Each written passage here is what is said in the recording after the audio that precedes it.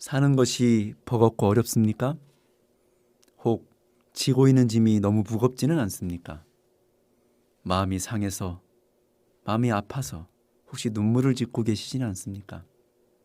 미래에 대한 염려와 불안 때문에 혹 마음이 떨리고 계시지는 않습니까? 오늘 이 시간에는 하나님께서 여러분을 향하여 끝없이 주시는 사랑에 대한 이야기를 나누고자 합니다. 많은 사람들은 하나님의 사랑과 은혜에 대해 얘기할 때 시편 23편을 많이 인용합니다. 여호와는 나의 목자이시니 내게 부족함이 없으리로다. 저 역시도 매우 좋아하는 성경절입니다. 근데 오늘 이 시간에는 숫자는 같은데 어쩌면 시편 23편보다 더 큰 은혜를 줄 수 있는 말씀을 소개해 드리고자 합니다. 바로 사무엘하 23장입니다. 1절부터 보시겠습니다. 이는 다윗의 마지막 말이라. 3절, 4절, 5절을 계속해서 보겠습니다. 이스라엘의 하나님이 말씀하시며 이스라엘의 반석이 내게 이르시기를 사람을 공의로 다스리는 자, 하나님을 경외함으로 다스리는 자여, 그는 돋는 해의 아침빛 같고 구름 없는 아침 같고 비 내린 후에 광선으로 땅에서 움이 돋는 새풀 같으니라 하시도다. 내 집이 하나님 앞에 이같지 아니하냐. 하나님이 나와 더불어 영원한 언약을 세우사 만사에 구비하고 견고하게 하셨으니 나의 모든 구원과 나의 모든 소원을 어찌 이루지 아니하시랴. 오늘 이 모든 말씀의 핵심 구절을 저는 4절로 보고 있습니다. 그는 돋는 해의 아침빛과 같고 구름이 없는 아침 같고 비 내린 후에 광선으로 땅에서 움이 돋는 새풀 같으니라 하시도다. 여러분, 이 놀라운 시는 다윗이 젊을 때 쓴 시가 아닙니다. 다윗의 마지막 말이라고 기록한 것을 보았을 때 아마도 이 시는 다윗의 가장 마지막 시기, 그가 임종을 거의 앞두고 쓴 시가 아닌가라고 생각됩니다. 다윗은 어떤 사람보다도 고생을 많이 한 사람이었습니다. 쫓겨다녔고 늘 죽음의 위협 속에서도 살아남아야만 했고 또 왕이 된 이후에도 수많은 전쟁을 치루어야만 했으며 여러 번의 반란을 진압해야 되는 혹독한 일들을 겪어야 되는 왕 중에 하나였습니다. 그래서 어쩌면 다윗은 죽을 때 힘이 다 빠져 죽었을 수도 있습니다. 다윗이 죽기 전에 이불을 덮어도 몸이 따뜻하지 않았다라고 성경은 기록하고 있습니다. 그래서 그 이불 속을 데펴줄 수 있는 처녀를 구해 주었지만 다윗은 동침하지 않았습니다. 그 정도로 다윗은 쇠약하고 연약해진 노년의 몸을 가지고 있었습니다. 그런데 그는 죽기 전에 하나님 앞에서, 하나님의 백성들 앞에서 이렇게 고백하고 있습니다. 나의 인생은 축복을 받았으며 나는 하나님의 큰 은혜를 입은 사람이다. 그리고 이렇게 얘기하고 있습니다. 나는 돋는 해의 아침빛과 같다. 지금 다윗은 그의 생명의 불꽃이 꺼져가는 지는 석양의 해입니다. 그러나 그는 자신의 인생을 지는 해라고 이야기하고 있지 않습니다. 돋는 해라고 얘기하고 있습니다. 다윗의 인생은 염려와 고통과 고민과 핍박과 문제로 가득 찬 인생이었습니다. 구름이 늘 끼어 있었고 폭풍이 늘 밀려오는 인생이었습니다.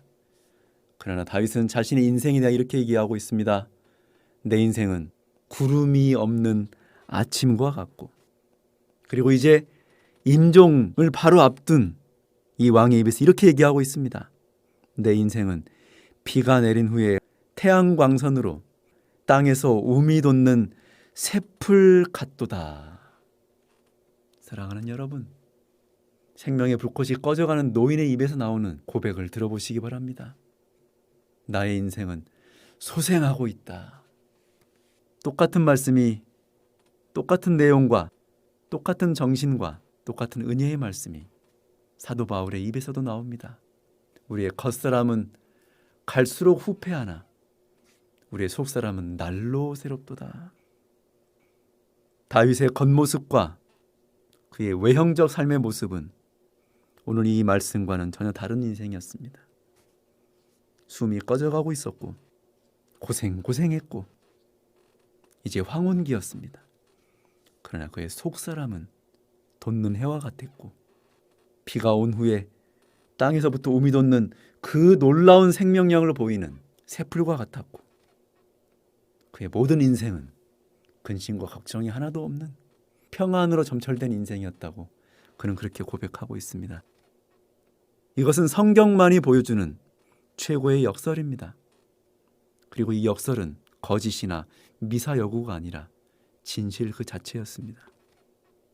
여러분이 살아가는 삶 속에서 무엇을 겪고 있습니까? 무엇을 느끼고 있습니까? 무엇을 경험하고 있습니까? 여러분, 무엇을 경험하시든지 예수 그리스도 안에서 그분의 사랑 안에서 극복하시기를 바랍니다. 그리고 극복하면서 이렇게 얘기하시기 바랍니다. 내 인생에는 근심 걱정이 없으며 내 인생은 일어서고 있으며 나의 인생은 영원한 하나님의 언약으로 든든히 서 있다고 말입니다. 하나님의 백성들은 외형적인 것들에 휘둘리지 않습니다. 왜냐하면 하나님의 백성들은 속사람으로 살아가고 있기 때문입니다. 우리의 겉사람은 아무리 후패하고 우리의 겉사업이 아무리 실패하여도 하나님의 백성들은 결코 낙담하거나 거꾸러지지 않습니다. 그들은 고개를 들고 하늘을 바라보며 살아갑니다. 그들이 빠진 곳이 아무리 더러운 구덩이고 아무리 참혹한 어둠의 구덩이라 할지라도 그들은 고개를 들고 하나님을 바라봅니다. 그 어떤 환경에서도 그들은 낙담하지 않습니다. 많은 사람들이 또 많은 우리 대한민국 국민들이 우리 민족을 가리켜 한의 민족이라고 이야기합니다. 맞습니다. 많은 전쟁과 아픔을 겪은 민족입니다. 그러나 이제부터 대한민국에 살아가고 있는 모든 그리스도인들은 그 이름을 버려야 할 것입니다. 우리는 한의 민족이 되어서는 안 됩니다. 비록 한이 있었을지라도 다윗처럼 그 한을 밟고 일어서서 극복해서 한이 아니라 기쁨과 극복과 사랑과 은총의 민족으로 거듭나야 될 것입니다. 하나님을 믿는 모든 그리스도인들은 그들의 마음에 한이 남아있지 않습니다. 비록 한의 흔적이나 한으로 인하여 우리에게 주어진 많은 아픔들이 있을 수 있다 할지라도 우리는 그 한을 이기고 마침내 자랑하는 사람들이 되어야 할 것입니다. 그리하여 바울 사도의 마지막 고백, 내가 약할 때 강하여진다는 말씀이 우리에게 응하는 것입니다. 한 속에서 우리는 기쁨을 발견하며 죽음 속에서 생명을 발견하며 가난함 속에서 부유함을 발견하고 이 땅의 삶 속에서 하늘을 발견하는 사람들, 바로 그리스도인들입니다. 오늘 여러분의 삶이 고됩니까? 아픕니까? 슬픕니까? 사랑하는 여러분, 위를 바라보시기 바랍니다. 눈을 들고 하나님의 보좌를 바라보시기 바랍니다. 그분께서, 하나님께서 여러분을 붙들고 계십니다. 일으켜 세우실 것입니다.